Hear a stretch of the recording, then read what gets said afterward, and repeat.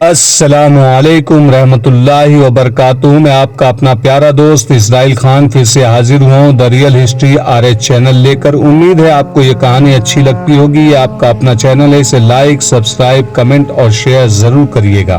آج کے کردار میں ہے سلطان صلاح الدین ایوبی، علی بن سفیان، خلیفہ الاعظم، ام عرارہ، بہاؤالدین شداد، عیسیٰ القاری فقی اور الناصر۔ سلطان ایوبی نے کہا، آج جھوٹ اور باطل کی جڑیں صرف اس لیے مضبوط ہو گئی ہیں کہ مخالفت اور مخالفانہ رد عمل سے ڈر کر لوگوں نے سچ بولنا چھوڑ دیا ہے۔ حق کی آواز سینوں میں دب کر رہ گئی ہے۔ شاہانہ دوروں نے اور شہنشاہیت کے اظہار کے اوچھے طریقوں نے رعایا کے دلوں سے وہ وقار ختم کر دیا ہے جو قوم کا ترہ امتیاز تھا۔ عوام کو بھوکا رکھ کر ان پر زبردستی اپنی حکمرانی ٹھونس کر انہیں غلامی کی ان زنجیروں میں باندھا جا رہا ہے جنہیں ہمارے رسول اکرم صلی اللہ علیہ وسلم نے توڑا تھا۔ ہمارے بادشاہوں نے قوم کی اس پستی تک پہنچا دیا ہے کہ یہ بادشاہ اپنی عیاشیوں کی خاطر صلیبیوں سے دوستانہ کر رہے ہیں، ان سے پیسے مانگتے ہیں، اور صلیبی آہستہ آہستہ سلطنت اسلامیہ پر قابض ہوتے چلے جا رہے ہیں۔ آپ نے شداد مخالفت کی بات کی ہے، ہمیں مخالفت سے نہیں ڈرنا چاہیے۔ سلطان ایوبی کے نائب سالار الناصر نے کہا، قابل صد احترام امیر، ہم مخالفت سے نہیں ڈرتے۔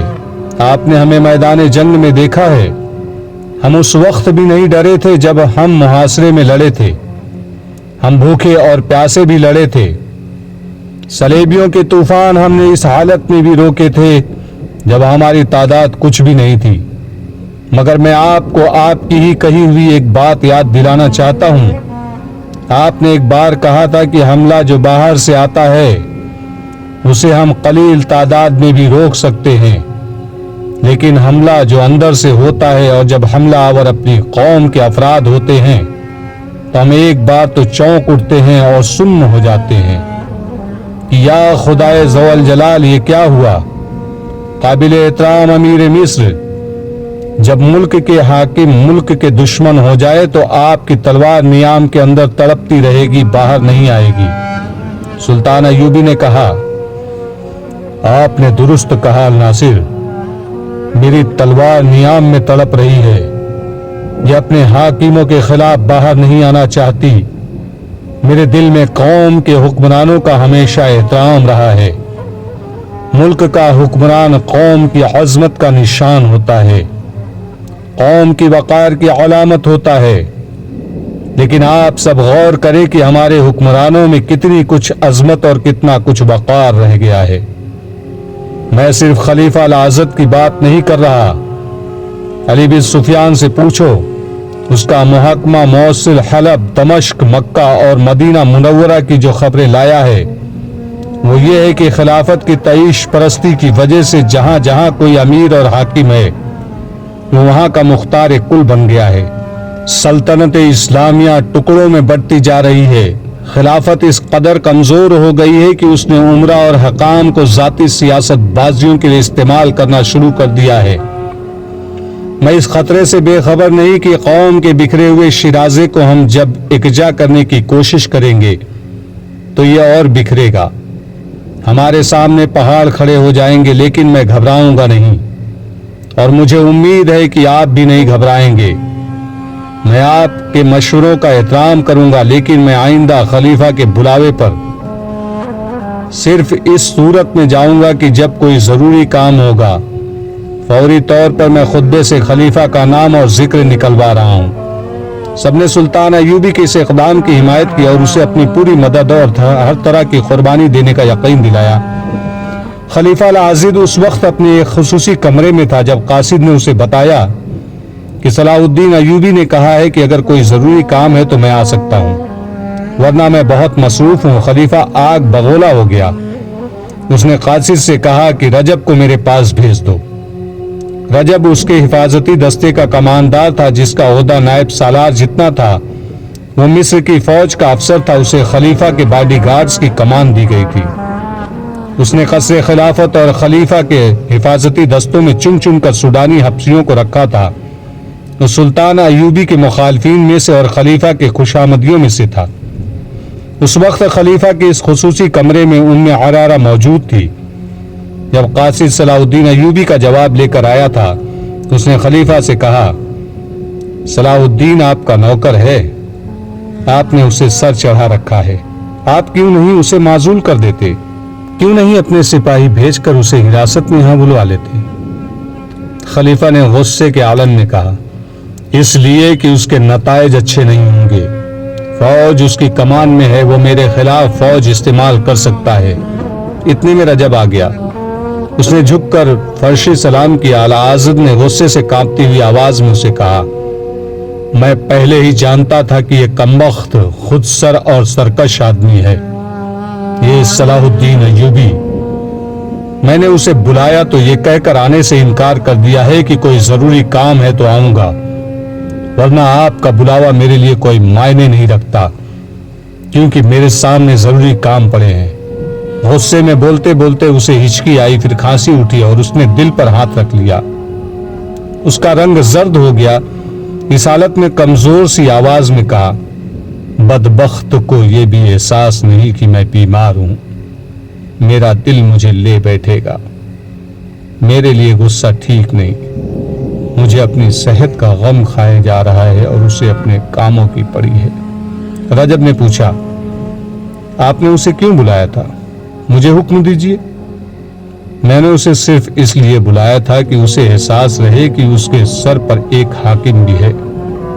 خلیفہ نے دل پر ہاتھ رکھے ہوئے کراتی ہوئی آواز میں کہا، تم ہی نے مجھے بتایا تھا کہ صلاح الدین خود مختار ہوتا جا رہا ہے، میں اسے بار بار یہاں بلانا چاہتا ہوں، اسے حکم دینا چاہتا ہوں تاکہ اسے اپنے پاؤں کے نیچے رکھوں۔ یہ ضروری نہیں کہ کوئی ضروری کام ہو تو ہی میں اسے بلاؤں۔ عرارہ نے شراب کا پیالہ اس کے ہونٹوں سے لگا کر کہا، آپ کو 100 بار کہا ہے کہ غصے میں نہ آ جایا کرے، آپ کے دل اور اعصاب کے لیے غصہ ٹھیک نہیں۔ اس نے سونے کی ایک ڈبیا میں سے نسواری رنگ کے سفوف میں سے ذرا سا خلیفہ کے منہ میں ڈالا اور پانی پلا دیا۔ خلیفہ نے اس کے بکھرے ہوئے ریشمی بالوں میں انگلیاں الجھا کر کہا، اگر تم نہ ہوتی تو میرا کیا ہوتا؟ سب کو میری دولت اور رتبے سے دلچسپی ہے، میری ایک بھی بیوی ایسی نہیں جسے میری ذات کے ساتھ دلچسپی ہو، تم تو میرے لیے فرشتہ ہو۔ اس نے لڑکی کو اپنے قریب بٹھا کر بازو اس کے کمر میں ڈال دیا۔ خلیفۃ المسلمین رجب نے کہا، آپ بڑے ہی نرم دل اور نیک انسان ہیں، یہی وجہ ہے کہ صلاح الدین ایوبی نے یہ گستاخی کی ہے۔ آپ نے یہ بھی فراموش کر دیا ہے کہ وہ عربی نسل سے نہیں، وہ آپ کی نسل سے نہیں، وہ کرد ہے۔ میں حیران ہوں کہ اسے اتنی بڑی حیثیت کس نے دے دی ہے۔ اگر اس میں کچھ خوبی ہے تو صرف یہ ہے کہ وہ اچھا عسکری ہے، میدان جنگ کا استاد ہے، لڑنا بھی جانتا ہے اور لڑانا بھی جانتا ہے، مگر یہ وصف اتنا اہم نہیں کہ اسے مصر کی عمارت سونپ دی جاتی۔ اس نے سوڈان کی اتنی بڑی اور اتنی تجربے کار فوج یوں توڑ کر ختم کر دی ہے جس طرح بچہ کوئی کھلونا توڑ دیتا ہے۔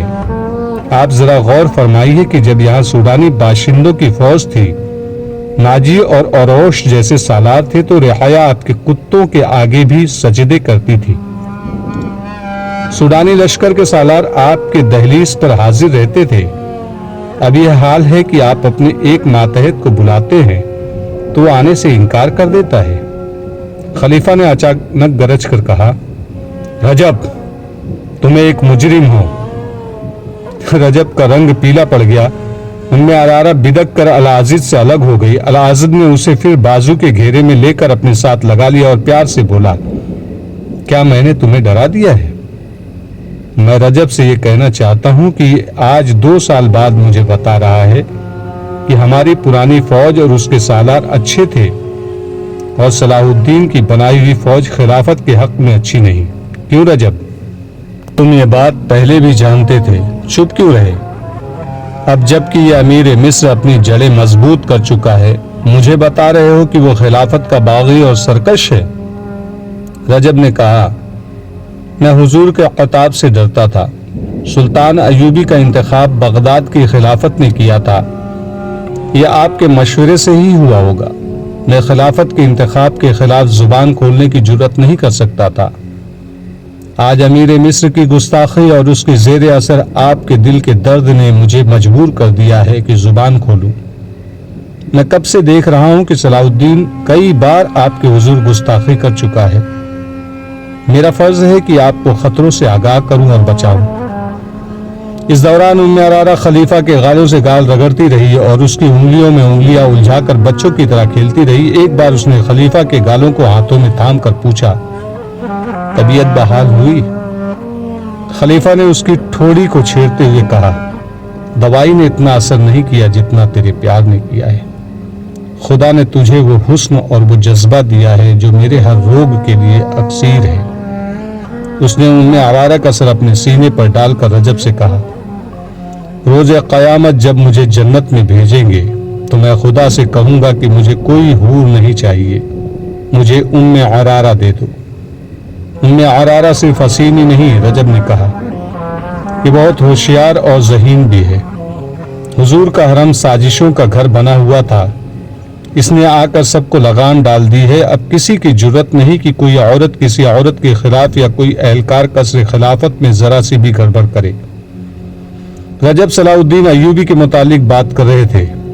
ام عرارہ نے کہا، ان کی باتیں غور سے سنے اور صلاح الدین کو لگام ڈالے۔ تم کیا کہہ رہے تھے رجب؟ خلیفہ نے پوچھا۔ میں یہ عرض کر رہا تھا کہ میں نے اس ڈر سے زبان بند رکھی کہ امیر مصر کے خلاف کوئی بات خلافت کو گوارا نہ ہوگی۔ رجب نے کہا، صلاح الدین ایوبی قابل سالار ہو سکتا ہے، مجھے اس کا صرف یہی وصف پسند ہے کہ میدان جنگ میں وہ اسلام کا پرچم سرنگو نہیں ہونے دیتا۔ خلیفہ نے کہا، ہمیں سلطان ایوبی جیسے ہی سالاروں کی ضرورت ہے جو خلافت اسلامیہ کا وقار میدان جنگ میں قائم رکھے۔ رجب نے کہا، میں گستاخی کی معافی چاہتا ہوں خلیفۃ المسلمین، خلافت نے ہمیں میدان جنگ میں نہیں آزمایا۔ صلاح الدین ایوبی کے متعلق میں یہ کہنے کی جرات کروں گا کہ وہ خلافت اسلامیہ کے وقار کے لیے نہیں لڑتا بلکہ اپنے وقار کے لیے لڑتا ہے۔ آپ فوج کے سالار سے سپاہی تک پوچھ لے، صلاح الدین انہیں یہ سبق دیتا رہتا ہے کہ وہ ایسی سلطنت اسلامیہ کے قیام کے لیے لڑے جس کی سرحدیں لامحدود ہوں۔ صاف ظاہر ہے کہ وہ ایسی سلطنت کے خواب دیکھ رہا ہے جس کا بادشاہ وہ خود ہوگا۔ نور الدین زنگی اس کی پشت پناہی کر رہا ہے۔ اس نے صلاح الدین کے ہاتھ مضبوط کرنے کے لیے 2000 سوار اور اتنے ہی پیادہ عسکریوں کی فوج بھیجی تھی۔ کیا اس نے خلیفہ بغداد کی اجازت سے یہ فوج بھیجی تھی؟ کیا خلافت کا کوئی ایلچی آپ سے مشورہ لینے آیا تھا کہ مصر میں فوج کی ضرورت ہے یا نہیں؟ جو کچھ ہوا خلافت سے بالا ہوا۔ خلیفہ نے کہا، تم ٹھیک کہتے ہو، مجھ سے نہیں پوچھا گیا تھا اور مجھے اب خیال آیا ہے کہ ادھر سے آئی ہوئی اتنی زیادہ کمک واپس نہیں بھیجی گئی۔ واپس اس لیے نہیں بھیجی گئی کہ یہ کمک مصر پر گرفت مضبوط کرنے کے لیے بھیجی گئی تھی اور اسی لیے یہاں رکھی گئی ہے۔ رجب نے کہا، مصر کی پرانی فوج کے سپاہیوں کو کسان اور بھکاری بنانے کے لیے کمک آئی تھی۔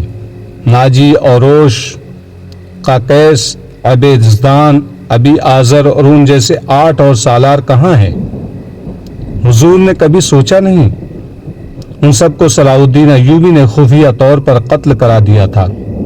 ان کا قصور صرف یہ تھا کہ وہ صلاح الدین ایوبی سے زیادہ قابل سالار تھے۔